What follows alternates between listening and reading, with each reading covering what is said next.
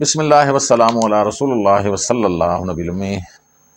دوستو، میں ڈاکٹر مطلوب احمد آپ کو اپنے آن ایئر ہومیوپیتھک مٹیریل میڈیکا کے سلسلہ میں ڈاکٹر مطلوب احمد یوٹیوب چینل پر خوش آمدید کہتا ہوں اور امید کرتا ہوں کہ آپ خیر و عافیت سے ہوں گے۔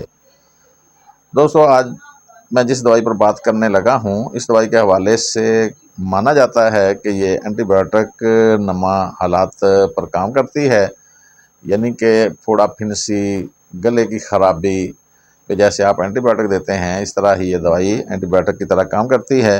یہ سردی سے حساس لوگ ہوتے ہیں، ان کی تکالیفات سردی سے بڑھ جاتی ہیں۔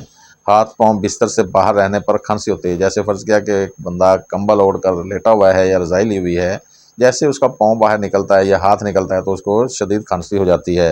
ادھر یہ کام کرنے والی بڑی اعلیٰ دوائی ہے۔ پھوڑوں پھنسیوں کی بہت ہی اعلیٰ دوائی ہے، پھوڑوں پھنسیوں پر کام کرنے والی دوائی ہے، ان کو خشک کرتی ہے۔ اگر بالکل چھوٹی پوٹنسی میں استعمال کی جائے تو ان کو پھاڑتی ہے اور پیپ کو خارج کرتی ہے۔ عام طور پر چھوئے جانے سے زیادتی ہوتی ہے، کیونکہ تکلیف اتنی ہوتی ہے پھوڑے پھنسی میں یا اسکن ڈیزیز میں، چھوئے جانے سے زیادتی ہوتی ہے، پیپ آنے کا رجحان ہوتا ہے۔ انگلیوں کے ناخنوں کے قریب کے ناسور اور پھوڑوں پر بہت اعلیٰ کام کرتی ہے، جس کو آپ انگل بیڑا کہتے ہیں، ناخن کی جڑ کا پھوڑا یا جس کو آپ کور پکنا بھی کہتے ہیں، ادھر یہ کام کرنے والی بڑی اچھی دوائی ہے۔ عام طور پر جسم سے کھٹی سڑی ہوئی بو آیا کرتی ہے، عام طور پر بچوں میں کھٹی الٹی، کھٹی بو والی الٹی پخانہ، یعنی جسم سے کھٹی بو آتی ہے۔ گلے کے دکھن کی بہت بڑی دوائی ہے، گلے کے انفیکشن، گلے کے ٹرانسلیٹس پر کام کرنے والی بہت ہی اعلیٰ دوائی ہے۔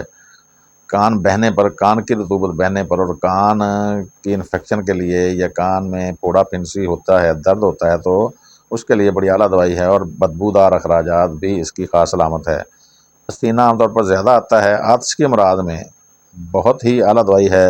ہڈیوں کے ناسور خاص طور پر ان پر بھی کام کرتی ہے۔ گلے میں کانٹا لگنے کا احساس بھی اس دوائی کی خاص علامت ہے۔ جسم پر چربی کی گانٹھیں، رسولیاں، جس کو آپ لمف نوڈ وغیرہ کہتے ہیں، ادھر بھی کام کرتی ہے۔ سوزاک پر کام کرنے والی دوائی ہے۔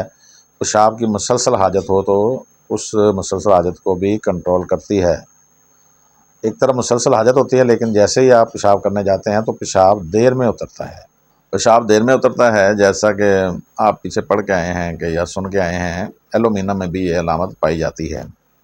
آگے ہم بتائیں گے کہ اوپیم کی بھی یہ علامت ہے کہ آپ کچھ دیر واش روم میں بیٹھے رہتے ہیں تو پھر پیشاب آتا ہے، اس دوائی کی بھی یہ خاص علامت ہے۔ پرانی کھانسی پہ کام کرنے والی دوائی ہے۔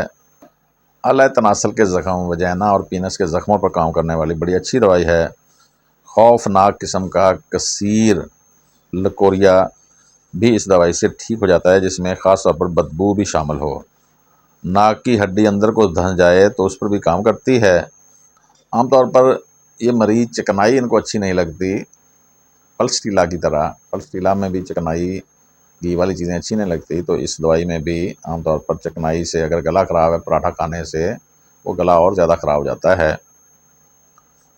نوجوان بچوں بچیوں کے چہرے پر کیل نکلتے ہیں، ان کے لیے بھی بڑی اچھی دوائی ہے۔ پارا اگر کسی کو کھلا دیا گیا ہے یا پارے کے بد اثرات کو ختم کرنے والی بڑی اعلیٰ دوائی ہے۔ بڑی دوائیوں میں اس کا نام آتا ہے، معاون کے طور پر مرک، سلیشیا، سورینم کو کہا جاتا ہے۔ تو میری مراد ہے آج کی دوائی ہیپر سلف۔ ہیپر سلف پر بات کر رہے تھے۔ والسلام۔